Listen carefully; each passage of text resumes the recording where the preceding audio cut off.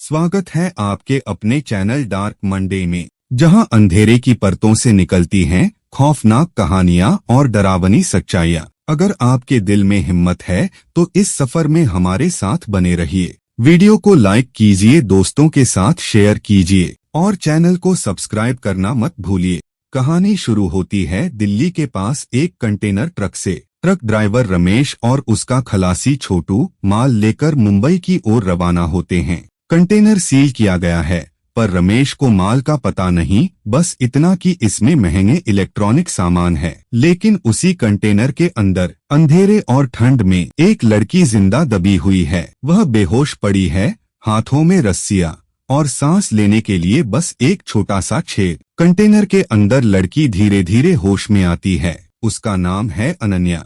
वह एक college student है और उसे याद आता है कि कैसे पिछली रात घर लौटते समय कुछ नकाबपोश लोगों ने उसका अपहरण कर लिया था। अब वह पूरी तरह अंधेरे कंटेनर में है, जहां चारों तरफ सिर्फ लोहे की दीवारें हैं और कभी कभी ट्रक के हिलने से सरकने वाली आवाजें। बाहर रमेश और छोटू बेखबर हैं। छोटू हंसी मजाक करता है और रमेश रेडियो सुनता है। दोनों को नहीं पता कि उनके पीछे पीछे एक काली जीप चल रही है, जिसमें वे लोग हैं जिन्होंने अनन्या को कंटेनर में डाला था। जीप वाले बार बार फोन पर बात कर रहे हैं। कंटेनर सही सलामत मुंबई पहुंचना चाहिए, माल हमारे लिए बहुत कीमती है। कंटेनर के अंदर अनन्या रस्सी खोलने की कोशिश करती है। उसकी उंगलियां खून से भर जाती हैं। अचानक उसे महसूस होता है कि कंटेनर में वह अकेली नहीं है। अंधेरे में कहीं से सांस लेने की आवाज आ रही है। वह चिल्लाती है, कौन है? लेकिन कोई जवाब नहीं मिलता।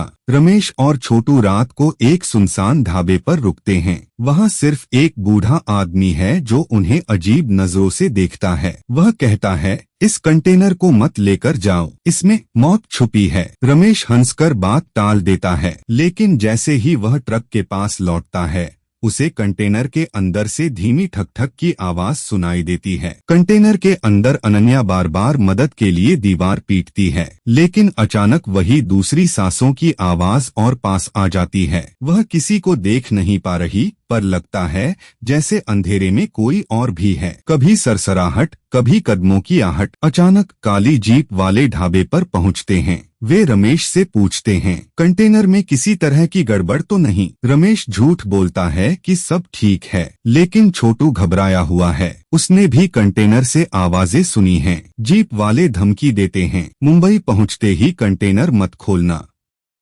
वरना। रात गहरी हो जाती है।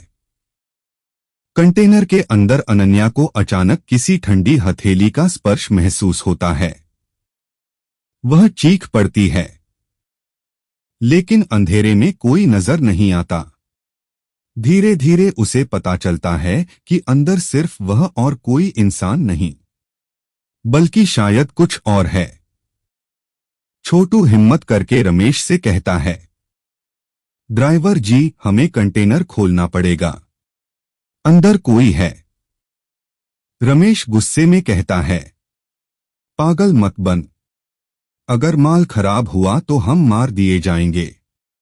लेकिन उसी वक्त ट्रक के पीछे से जोर की धम धम धम की आवाज आती है। दोनों डर जाते हैं। आखिरकार छोटू चोरी छुपे कंटेनर का ताला खोल देता है। जैसे ही दरवाजा खुलता है, अंदर से चीख सुनाई देती है और अनन्या बाहर गिर जाती है। लेकिन उसके पीछे अंधेरे में से एक साया भी झलकता है। छोटू कांपते हुए कहता है, ड्राइवर जी, अंदर कोई और भी है।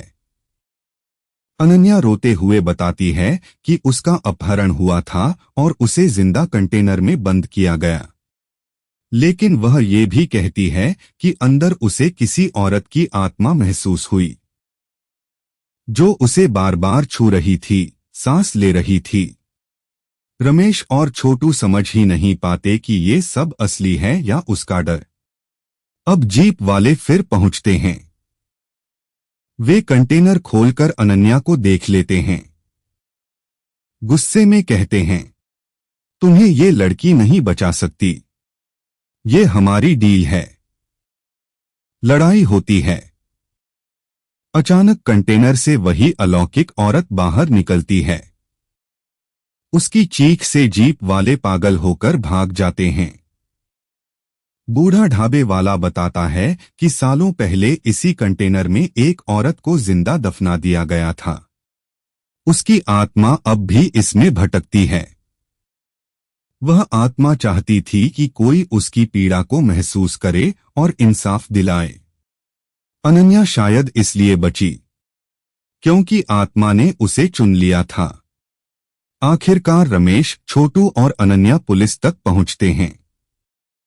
अपहरण करने वाले गिरफ्तार होते हैं, लेकिन कंटेनर अब भी खड़ा है।